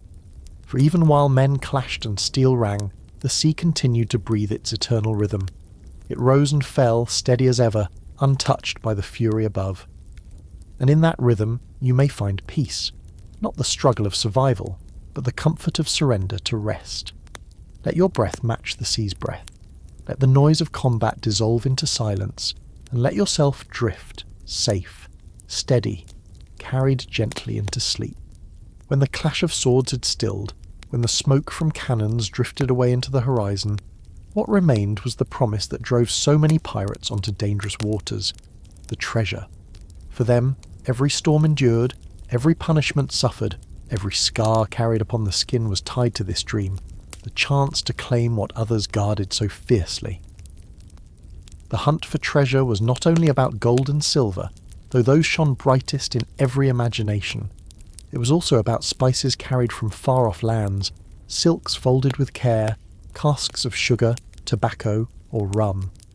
To seize such wealth was to seize the labour of distant worlds, the reward of merchants who risked their own voyages.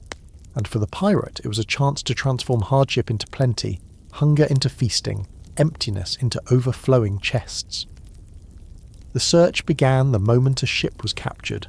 Pirates swarmed the deck, moving swiftly toward the hold. Wooden hatches creaked open, lanterns flickered, and men descended into the darkness below. Down there, the air was close, thick with the scent of salt, tar, and damp cargo. Shadows moved between stacked barrels and heavy crates, each knock of wood a heartbeat of expectation. When treasure was found, it came like a sudden burst of sunlight. The lid of a chest pried open, the gleam of coins spilling out, the sparkle of jewels that had crossed oceans in silence. The men gathered, eyes wide, breaths caught in their throats.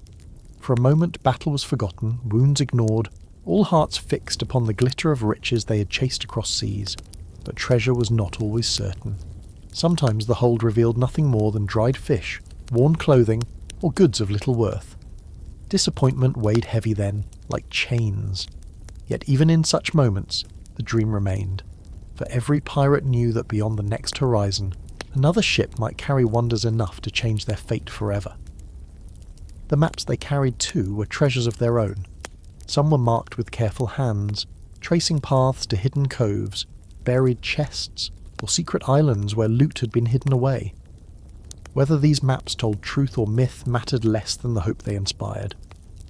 Many a night, pirates huddled close, lantern light trembling over parchment, whispering of places where untold wealth might lie waiting in silence beneath the sand. The treasure hunt was not merely for possession, but for what it promised: freedom. To a pirate, riches meant no longer bowing to kings or merchants, no longer scraping by in poverty. It meant choice, the power to eat well, to rest long, to live as one pleased. In this way, treasure was less about coins in hand than about a dream carried in the heart. And yet, even when treasure was found, its glow was fleeting. Gold grew heavy, jewels difficult to divide, goods hard to sell without drawing suspicion. The hunt began again almost at once. Pirates were bound to the sea, not only by greed, but by need. What they seized was quickly spent, and so the horizon always beckoned, always promised more. As you rest tonight, imagine not the glitter of gold, but the quiet of the search itself. Picture the lantern light swaying, the hush of footsteps in a darkened hold, the stillness of waiting before a chest is opened. There is a softness in that anticipation, a breath held long and slow, a calm that belongs not to the treasure itself, but to the dream of finding it. When the treasure was found and the holds had been emptied, there came a quieter, almost solemn moment, the dividing of spoils. For pirates, this was not simply greed made visible, but a ritual of fairness, a reminder of the strange order that lived within their rough lives. Gold, silver, and jewels, once the property of kings and merchants, now passed into the hands of men who had risked storm, battle and death. The division usually took place on deck, where all could see. The treasure was brought out in chests or sacks, poured into the open with a sound like rain upon wood. The clatter of coins, the soft shifting of gems, the dull shine of silver in the sun. Around it the crew gathered, eyes alight, yet bodies still. Each man knew the rule: patience until the count was done. The quartermaster, second only to the captain in authority, often oversaw the division. He was chosen for trustworthiness, for the belief that he would not cheat nor favour one man over another. Slowly, carefully, he measured the treasure, making piles, tallying, ensuring that each share was fair. His voice carried steady, calling numbers, naming names, each word sealing the bond between man and crew. Every pirate, no matter his rank, was promised a portion. The captain took more, the quartermaster slightly less, officers and skilled men perhaps a little extra. But the ordinary sailor, the one who hauled ropes, manned the cannons, risked his life on deck, received a share too. In this way, the pirates' world was strangely equal, more equal perhaps than the kingdoms they defied. As the piles of gold were handed out, there was joy, yes, but also relief. For each coin meant food, drink, clothing, perhaps a night ashore free from hunger. A jewel might be traded for rum, for boots, for a warm bed in a tavern where the sea could not reach, and though the spoils glittered with beauty, their true value lay in survival, in making hard lives a little softer, if only for a time. There were moments of quiet laughter, men comparing their handfuls, weighing them in rough palms, biting coins to test their truth. Sometimes disputes arose, claims of error, accusations of hidden treasure. Yet the presence of all, the watchful eyes of the crew, kept the process honest. No man wanted to face the wrath of many over a stolen share. Still, beneath the fairness lingered a shadow, for wealth so quickly gained was also quickly lost. Many pirates spent their shares within days of reaching shore, on drink, on women, on dice, and reckless games.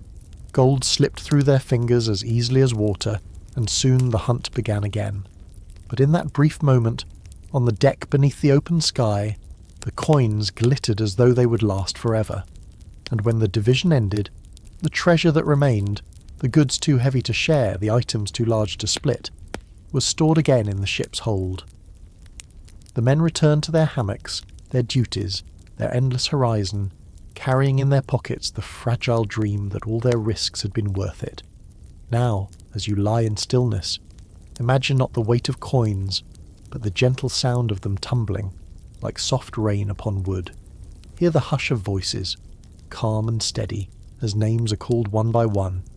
Feel the quiet fairness of that moment, each man recognized, each hand filled, the sea itself listening as the spoils were shared. For a time, the dividing of treasure brought calm, even joy. The coins clinked softly in rough hands, the jewels glimmered faintly in lantern light, and men smiled at the thought of what their shares might buy. But wealth, like the sea, carried hidden currents. Beneath the surface of fairness, there often stirred something darker, rivalries born from greed. It began in whispers, one man glancing at another's pile convinced that it glittered just a little brighter. A muttered complaint that the captain took too much, or that the quartermaster favoured a friend. Even if the division was fair, suspicion lingered, for greed is not easily satisfied. Gold, once in the palm, seemed never enough. On quiet nights, hammocks swayed gently, yet tension hummed like a low note through the ship. Men who had laughed together at sea now eyed one another in silence, each clutching his pouch of coins a little tighter. Dice games by lantern light grew sharper, arguments more heated, laughter edged with bitterness. The dream of freedom, once shared by all, began to splinter under the weight of envy. Sometimes the rivalries turned open. A man accused another of stealing from his portion, or hiding a gem meant for the crew. Shouts rose, fists followed, blades sometimes drawn. The deck, so recently a place of victory, became a stage for quarrels. The captain's voice might restore order, or the threat of punishment might silence the fight, but the wound of distrust lingered. Greed was not only for treasure already won, but for the promise of what lay ahead. Men argued over future plunder, over who would take the greater risk, who would deserve the larger share. Some pressed for bolder raids, others for caution, each driven less by the crew's survival than by the hunger for more. The sea, endless and impartial, watched as their unity strained beneath this weight. And yet not all rivalries ended in anger. There were those who learned to laugh at their envy, to share drink and song, to forget for a while that greed gnawed quietly in every heart. But the danger remained, like a spark waiting for wind, for on a pirate ship where trust was life itself, the smallest crack could widen into betrayal. In the end, greed was both fuel and poison. It drove pirates to sail farther, to fight harder, to chase the horizon where treasure might wait. But it also turned comrade against comrade, sowed doubt where trust was most needed, and left many ships broken not by storm or battle, but by their own men's envy. Still, after quarrels cooled, the sea reclaimed its rhythm. The waves rose and fell, steady and eternal, as though to remind the men that their gold and jewels were fleeting things. The ocean cared nothing for treasure, nor for greed. Its riches were in its vastness, its quiet, its eternal embrace. Treasures no coin could match. And so, as you rest now, imagine not the bitterness of envy, but the calm that follows it. Picture the gold fading into shadow, the jewels dimming under night, until all that remains is the steady hush of the sea. Let go of rivalry, of wanting more, of clutching too tightly. Treasure glittered for only a moment. What lingered longer, often painfully so, was hunger. For on the wide sea wealth could not be eaten, and jewels could not soothe the body. Pirates, like all sailors of their age, lived with the slow and silent threat of scurvy and malnutrition, enemies as cruel as any navy ship. The voyage stretched on, and the fresh fruits and vegetables so quickly eaten in the first days were long gone. In their place were hard biscuits and salted meat, foods that filled the belly but starved the body of what it truly craved. At first the men thought little of it. Hunger was an old companion, and the sea had taught them to accept discomfort. But scurvy crept quietly, its signs as subtle as the whisper of waves. A man's gums would bleed when he bit into bread. His teeth, once strong, loosened in his mouth. Joints stiffened. Wounds that should have healed began to fester. Some grew so weak they could not climb the rigging, their legs trembling beneath the weight of their own bones. Rum and laughter could not hide the truth. The sea was draining the life from them day by day. The ship smelled of sickness. A faint sourness clung to the air, mixing with the damp wood and salt. Men lay in hammocks, pale and weary, unable to rise. Others, still strong, carried on with their duties, though each wondered when his turn would come. It was not an enemy they could fight with cutlass or cannon. It was the absence of something small, unseen, yet vital, the lack of the green freshness of land. And there was little to be done. Lemons and oranges, if they had been stored, were long spoiled. The pirates, bold and fearless in battle, were helpless before this slow decay. Captains cursed the sea for its emptiness, and men gazed at the endless horizon with longing not for treasure, but for the simple sight of a palm tree, a patch of grass, the promise of fruit. Sometimes fortune brought them to an island where wild plants or coconuts could be found. For those moments, life returned as if by magic. Faces brightened, strength flowed back, laughter rose again. But such blessings were rare, and too often the pirates pressed on without them, the wind urging them toward their next raid, their next battle, their next fading chance. Scurvy was not only a sickness of the body but of the spirit. It reminded the men of how fragile they truly were, how easily their flesh gave way to the will of the sea. It was a cruel irony that those who fought so fiercely for gold might die not by sword or musket, but by the absence of an orange, the lack of a lemon's tang, and yet even in this suffering the ship sailed on. The waves rolled, steady and patient, carrying the weary men forward. Some endured, some fell, but all felt the sea's quiet hand upon them. It was as though the ocean whispered that survival was never guaranteed, and that life itself was a treasure more precious than any coin. So as you drift now into rest, imagine the hush of the sea washing over you. Not the pain of hunger nor the ache of frailty, but the gentle promise of nourishment in sleep. Close your eyes, breathe slowly, and let your body find the strength it seeks. Life aboard a pirate ship was always close to danger, and not all wounds came from battle. A slip upon wet deck planks, a fall from the rigging, a finger caught in the ropes, each left its mark, sharp or small. And when swords clashed or muskets fired, the wounds grew deeper, the blood flowing red upon the weathered wood. Yet it was not always the cut that ended a man's story, but what followed after. Infection, silent and merciless. At first, an injury might seem simple. A gash across the arm bound tightly with cloth, a scrape on the leg washed quickly with salt water. The man returned to his duties, limping perhaps, but alive. But days passed, and the wound darkened. The skin swelled, hot and tender to the touch.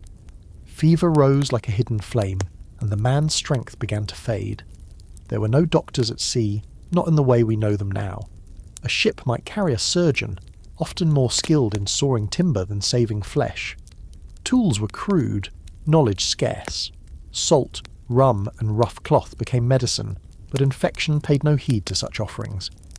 The smell of sickness thickened in the close air below deck, where injured men lay groaning in the dim light. The sight was grim. Bandages turned dark with blood and pus, changed too rarely for want of supplies. Men shivered with fever, their skin clammy and pale, their eyes dull with suffering. Some prayed softly, clutching a token or whispering to the sea. Others grew restless, lashing out in their delirium, caught between pain and fever's dream.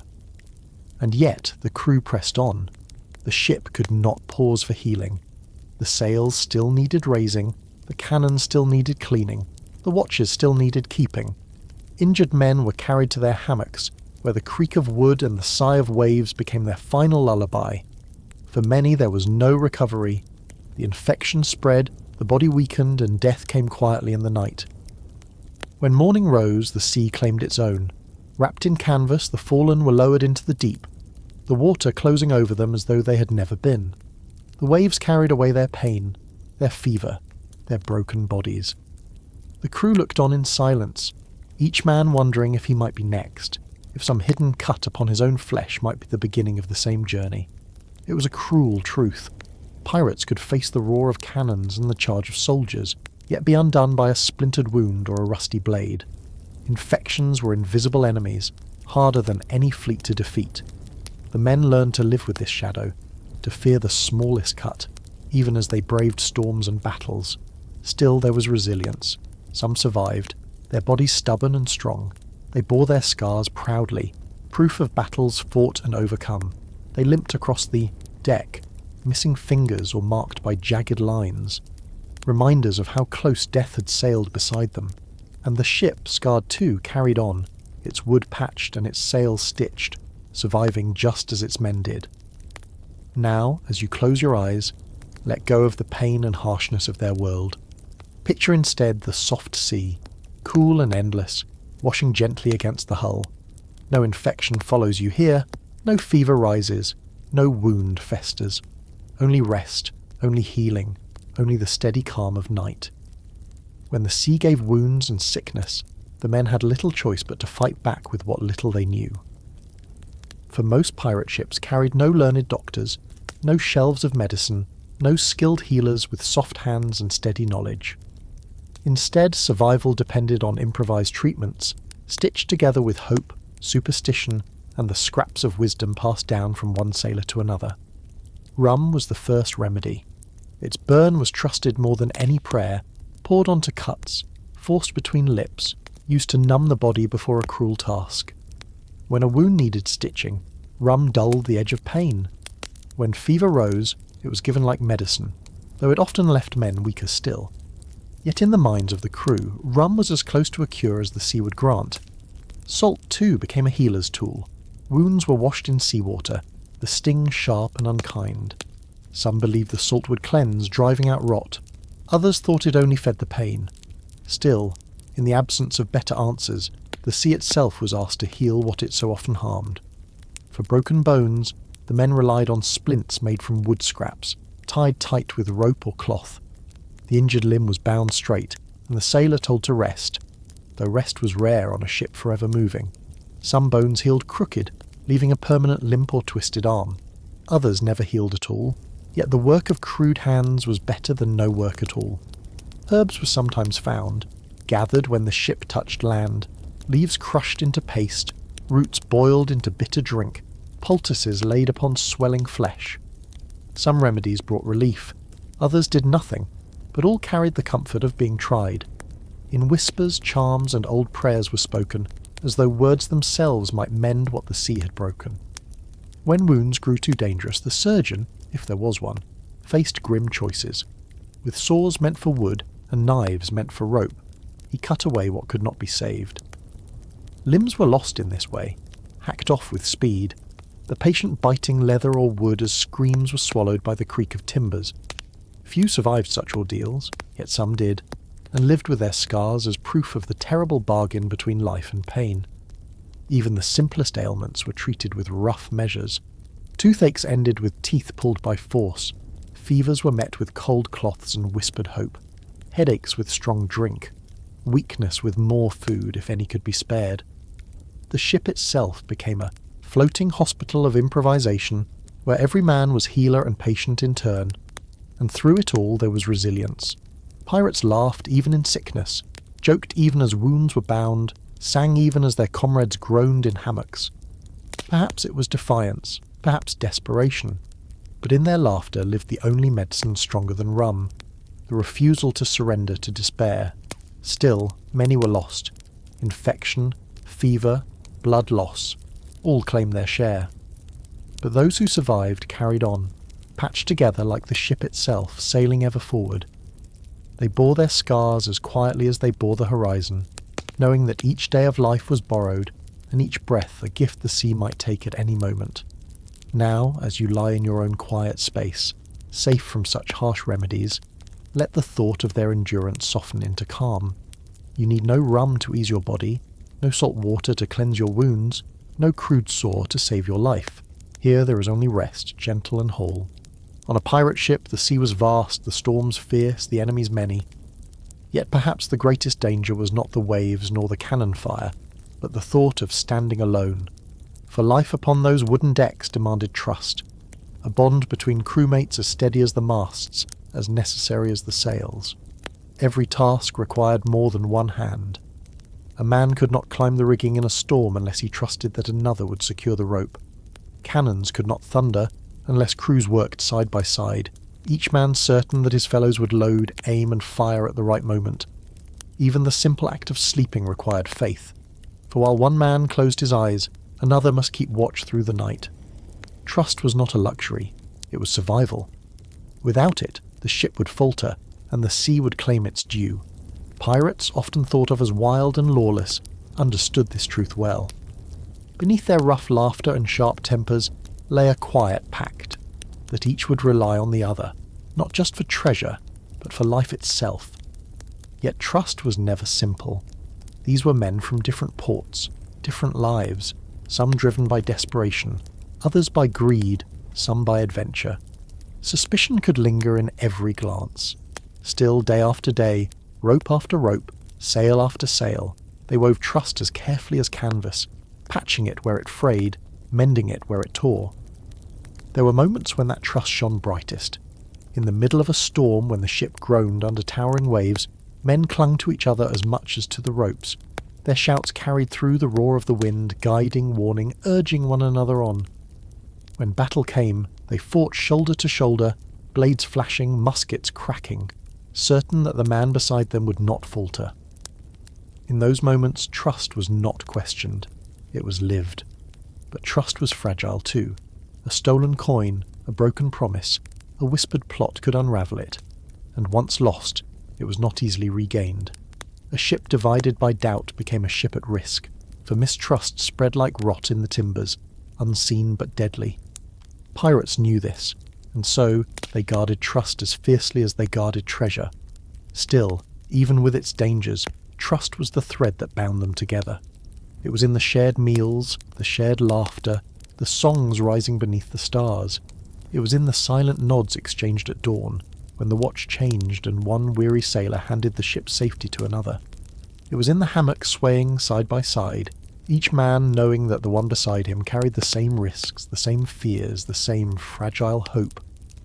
Perhaps it was this need for trust that made pirate crews feel like families of their own kind. Not gentle families, perhaps, but fierce ones, bound less by blood than by necessity, less by love than by survival, and in their harsh, wandering lives, even necessity could feel like love. Now, as you rest, think of that fragile bond, and let it soothe you. Imagine yourself not alone on a restless sea, but surrounded by crewmates whose hands are steady, whose eyes are watchful, whose strength holds you safely through the night. Trust was the lifeblood of a pirate ship, yet even lifeblood could be poisoned. Beneath the laughter and songs, beneath the shared meals and battles fought side by side, there sometimes stirred a quieter current. Secret plots, whispered words, the sharp edge of betrayal. It often began in silence. Two men leaning close in the dim lantern glow, their voices lowered so the others could not hear. A glance exchanged across the deck, a message hidden in the shuffle of dice, a hand resting too long on the hilt of a blade. To the unknowing eye, the crew still worked together as one, but beneath the surface, like rot beneath a polished plank, a plan might already be forming. Sometimes it was about treasure, a jewel hidden away before the division, a coin pocketed in secret, a map folded quietly into a sleeve. One man's greed could lead to another's suspicion, and suspicion could blossom into schemes. At other times, the plot was about power. A captain grown too harsh, a quartermaster too favoured, men gathered in corners, muttering of change, speaking of rebellion when the night was darkest. Betrayal was a word that carried weight, yet on the sea it often came dressed in small actions, a lie told at the right moment, a task left undone on purpose, a watch kept carelessly so that danger might find its way aboard. Bit by bit the bonds of trust could fray, until what once held a crew together threatened to tear it apart. The signs were subtle, but heavy. A sudden silence when one man entered the room, an uneasy shift in the air as though every word held two meanings, a hand resting too quickly on a knife, a smile that failed to reach the eyes. And while some suspected, few spoke openly, for to name betrayal was to invite its wrath. Yet when betrayal came into the light it was seldom gentle. Accusations rang out across the deck, voices clashing louder than waves against wood. Swords might be drawn, men divided, the ship itself trembling with the weight of their anger. What had been secret whispers now became a storm, threatening to tear apart not only trust, but survival itself. Some betrayals ended swiftly. A man caught, punished before his plans could take root. Others stretched on, long and poisonous, eroding the crew's spirit until no laughter remained, only suspicion. And sometimes the betrayal succeeded, a captain overthrown, a crew reshaped, the ship setting its course under new command. For pirates, betrayal was both danger and destiny. It reminded them that life at sea was not built on certainty, but on shifting tides, of loyalty, of greed, of ambition. They lived knowing that the man who shared their drink today might be the one to take their life tomorrow, and yet they lived still, for the sea offered no other way. Now, as you rest, you may let go of such sharpness. No whispered plots haunt your night, no betrayal lingers in the air around you. The only whispers here are soft, like the breeze through the rigging, like the hush of waves against the hull. Betrayal, once whispered in the shadows, sometimes grew too heavy to stay hidden. When mistrust swelled, when anger ripened, when whispers turned into shouts, the crew's unrest could rise against the very heart of the ship, the captain himself. For though he was master of the deck and voice of command, even a pirate captain lived beneath the threat of rebellion. At first, the signs were subtle, orders carried out with less care, voices answering with less respect, glances exchanged in silence when the captain's back was turned. A man might grumble about his share of loot, another about the dangers of their course. Small complaints wove together like threads, until soon the fabric of obedience wore thin. Sometimes the captain's rule was harsh, his punishments cruel, his demands relentless. Sometimes his caution was seen as weakness, his decisions a risk to their survival. Whatever the cause, once the seed of discontent had taken root, it could grow swiftly, watered by hunger, fear, or greed. And soon the crew would murmur openly of mutiny. The rebellion did not come with thunder at first. It came with gathering, men clustering in corners, heads bent close. They counted who might stand with them, who might waver, who might remain loyal to the captain. Trust shifted, fragile as glass, until the moment came when silence no longer satisfied. On the day of mutiny, the deck became a stage for raw defiance. The captain's voice would rise, sharp with command, but this time it was met with the sharper cry of "No more!" Blades were drawn, pistols cocked, and the air grew tense, heavy with the weight of choice. Men who had once obeyed now stood shoulder to shoulder against the figure who had led them through storms and battles. Some mutinies ended without blood. A captain, stripped of command, set adrift in a small boat, left to the mercy of the sea. The crew, now under new rules, sailed on, their rebellion complete. Other times the scene was far darker. Steel clashed, shots rang out, the deck stained red beneath the fury of brother turned against brother. Yet rebellion was never simple. To overthrow a captain was to risk tearing apart the order that held the ship together. Without a leader, chaos could spread as swiftly as fire, leaving the vessel vulnerable to storm, to enemy, to its own collapse. And so the crew chose carefully when to rise, for the sea punished division as harshly as any tyrant. For the captains who survived rebellion, trust was forever changed. Their eyes lingered on their crew with wariness, their voices carried an edge of caution. For those who were cast aside, their names often drifted away, forgotten in the endless tide. And for the men who rebelled, the memory lingered. The sound of their own defiance, the sight of their leader stripped of power, the knowledge that even command could crumble when many hands rose as one. Now, in the quiet of your night, let such storms remain distant. You need no mutiny here, no rebellion in your heart. Instead, feel the calm of order, the steady guidance of rest. The sea of your dreams is not divided, it is whole, gentle, unbroken. If rebellion threatened a ship from within, there was always another shadow waiting on the horizon. The great warships that hunted pirates across the seas. For nations could not ignore forever the raids on their merchants, the plunder of their ports, the boldness of men who lived by no flag but their own. And so they sent their hunters, tall ships bristling with cannons, sails spread wide, relentless in their pursuit. The first sign was often distant, a dark shape upon the water growing larger with every hour. Perhaps at dawn a lookout would cry out from the mast, his voice thin against the wind, a ship on the horizon. The crew gathered at the rail, squinting into the glare, hearts tightening as the outline sharpened. Was it a merchant ripe for plunder, or was it a hunter come for them? When the truth was clear, the air on deck grew heavy. Warships were no ordinary foe. Their hulls were thicker, their guns more numerous, their crews trained in discipline rather than chaos. To fight such a vessel was to wager everything, and so the pirates weighed their choices, to flee, to hide, or to face the storm of iron that surely waited. Fleeing was not simple. The hunters were fast, their sails trimmed sharp, their helms steady. Pirates pushed their ship to its limit, the timbers groaning, the canvas stretched tight against the wind. Every hand pulled at rope and spar, sweat mixing with salt spray as they prayed for speed. Yet the warship loomed closer, its flag snapping boldly in the air, its cannons glinting in the sun. If battle came, the sea itself seemed to shudder. The roar of guns split the sky, smoke rolled thick across the waves, splinters flew as iron balls smashed into wood. The pirate ship, nimble but fragile, darted and weaved, its crew scrambling to fire back. Muskets cracked, cutlasses rang. The deck ran slick beneath the fury of combat. Against a warship, survival was uncertain, victory rare. Some pirates were taken alive, bound in chains as the hunter's prize. They knew what awaited on shore. The long shadow of the gallows, the jeers of the crowd, the final drop into silence. Others chose to fight until the last, preferring the deep sea's embrace to the rope's cruel knot. Still others slipped away by cunning, vanishing into hidden coves, their sails lowered, their ships swallowed by fog. And always the hunters returned to the sea, seeking another. For piracy was not just an adventure, but an offence that nations swore to crush. The pirates in turn lived with the knowledge that every horizon might hold a pursuer, every dawn might bring the sight of a hunter's sails. Yet for all this danger, they sailed still. Perhaps it was greed, perhaps freedom, perhaps the refusal to bow to any crown.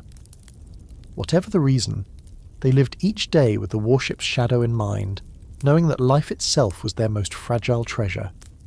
If the sea could not claim them, and the warships did not send them to the depths, then another fate awaited those who were captured alive. Shackled in iron, stripped of their freedom, the pirates were carried back to shore, not as men of daring adventure, but as criminals, trophies of justice, warnings to all who would follow their path. The journey itself was long and bitter. Chains rattled with every step, heavy against bruised wrists and ankles. Once they had walked freely upon the deck, feeling the salt wind on their faces. Now they marched in silence, surrounded by guards, their eyes turned toward a fate none could escape. The streets of the port city were crowded with onlookers, eager to catch sight of the infamous outlaws.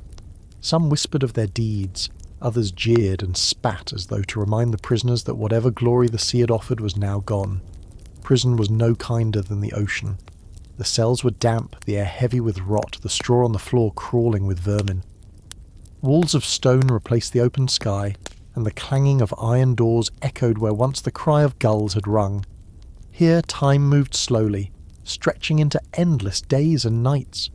The pirates lay awake in the darkness, haunted by memories of freedom, the creak of a ship's timbers, the rhythm of waves, the laughter of comrades now lost.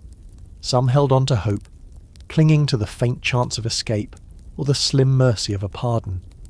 Others resigned themselves to what they knew must come, the trial, swift and unforgiving, and the sentence that awaited nearly all. For piracy was no small crime in the eyes of kings. To steal upon the seas was to defy order itself, and rulers made certain the punishment was clear. When the day came, the prisoners were led out once more. Their shackles clanked against the cobblestones as they were marched to the courthouse, where stern-faced judges sat high above. The trial was little more than a formality. Evidence was read, witnesses spoke, and the verdict as always was guilty. A hush would fall, and the words would be spoken, death by hanging. The gallows stood waiting, dark against the sky. Crowds gathered, children perched on their parents' shoulders, merchants leaving their stalls to watch. It was not only a punishment, but a spectacle, a lesson carved in wood and rope. The pirates, once masters of the waves, now mounted the scaffold one by one, the boards creaking beneath their boots. Some went silently, heads bowed. Others shouted defiance to the end, voices carrying over the crowd like a final storm. The rope was placed, the hood drawn, the moment stretched thin, and then with a sharp crack it was over. The bodies swung gently in the air, stark against the morning light.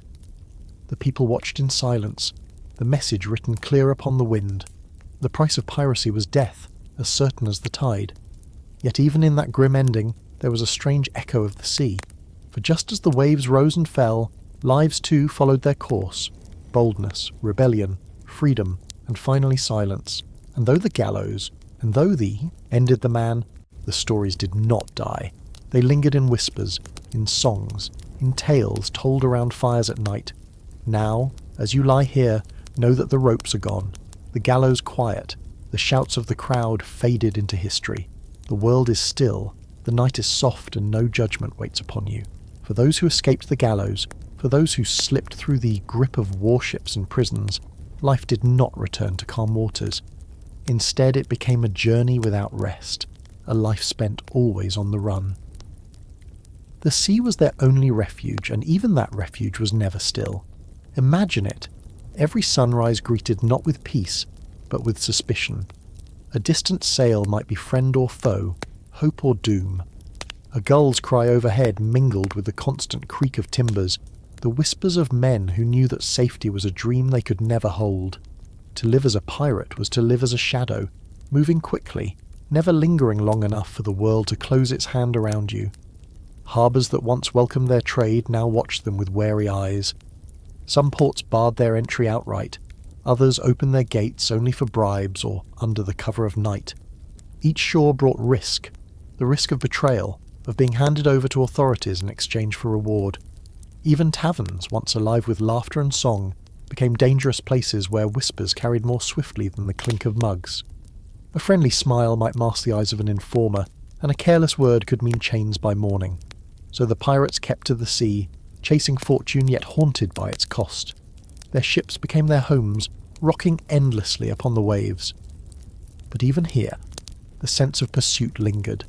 Sails had to be trimmed with caution, smoke from the galley fire hidden against the horizon, lanterns dimmed at night so no hunter could follow their glow.